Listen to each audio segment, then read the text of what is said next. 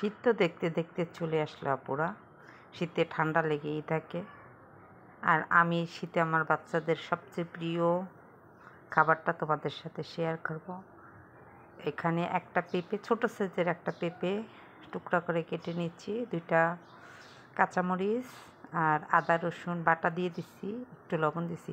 আস্তাটাও দিতে পারো, আমার কাছে আস্তা ছিল না, আমি বাটাটাই দিছি। একটু কালারের জন্য হলুদ দিয়ে চুলায় বসায় দিছি সিদ্ধ হওয়ার জন্য। আসসালামু আলাইকুম বন্ধুরা, কেমন আছো সবাই? আই হোপ সবাই ভালো আছো। আমিও তোমাদের দোয়ার ভালোবাসায় ভালো আছি। প্লিজ ভিডিওর শুরুতে একটা লাইক দিয়ে ভিডিওটা কন্টিনিউ করবা। দেখতে দেখতে কোথাও যদি ভালো লাগে প্লিজ আমার চ্যানেলটাকে সাবস্ক্রাইব করে দিবা। যারা আত্মীয় পড়বে আমার চ্যানেলটাকে সাবস্ক্রাইব করেছে তাদেরকে অনেক ধন্যবাদ। আর যারা করনি জলদি জলদি করে নাও। এই তো পেঁপেটা সিদ্ধ হয়ে গেছে, এখনও গরম আছে, তার জন্য পেঁপেগুলো তুলে নেই। পানিটা দিব না, পানিটা গরম বেশি করতে গেলে ভাপটা বের হবে, এই জন্য পেঁপের ভিতরে আমি ঠান্ডা পানি দেবো। তোমাদের সময় থাকলে তোমরা ঠান্ডা করে তারপর ব্লেন্ডার করে নিবা। আমার একটু জলদি আছে, কারণ ছেলে কোচিনে চলে যাবে, স্যুপটা বানায় দিলে তারপর খেয়ে চলে যাবে। এই তো আমি ঠান্ডা পানি দিয়ে তারপরে পেঁপেগুলো ব্লেন্ডার করে নিয়ে আসছি। আমাদের সঙ্গেই থাকো। ঢাকনাটা লাগিয়ে দিলাম, এই ইউ যাব আর ইউ আসবো। এই তো দেখো অনেকগুলা হয়েছে, এই জন্য অর্ধেকটা রেখে দিচ্ছি আর অর্ধেকটা দিচ্ছি। এখন এই মগেরটা রেখে দেব ডিপ ফ্রিজে, আবার যখন ভালো লাগবে তখন বানায় নিব।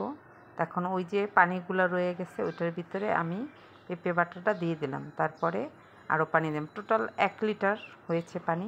তারপরে এই যে 2 চামচ কর্নফ্লাওয়ার দিয়ে দিলাম, 2 টেবিল চামচ।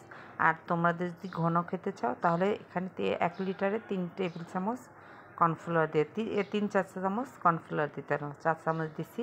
আর এই যে সয়া সস দিতেছি 3 মুখা, তারপরে একটু টেস্টিং সল্ট দিয়ে দিতেছি, 1/2 চামচের মতন টেস্টিং সল্ট।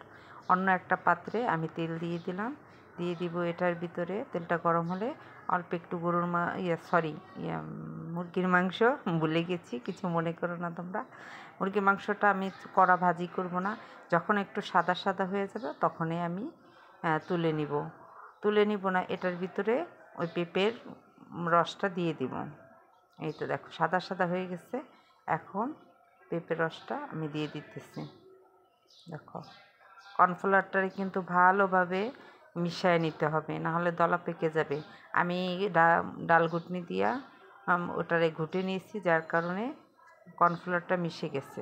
তোমরা এভাবে করে নিতে পারো, বা যেভাবে পারো সেভাবে করে তোমরা মিশিয়ে দিও। তারপরে দিয়ে দিলাম 1 চামচ টমেটোর সস। এখন ভালোভাবে নাড়তে হবে, নাড়া কিন্তু বন্ধ করা যাবে না, পুরা বলক চলে আসলে তামায় নাড়তে হবে, নাহলে নিচে লেগে যেতে পারে।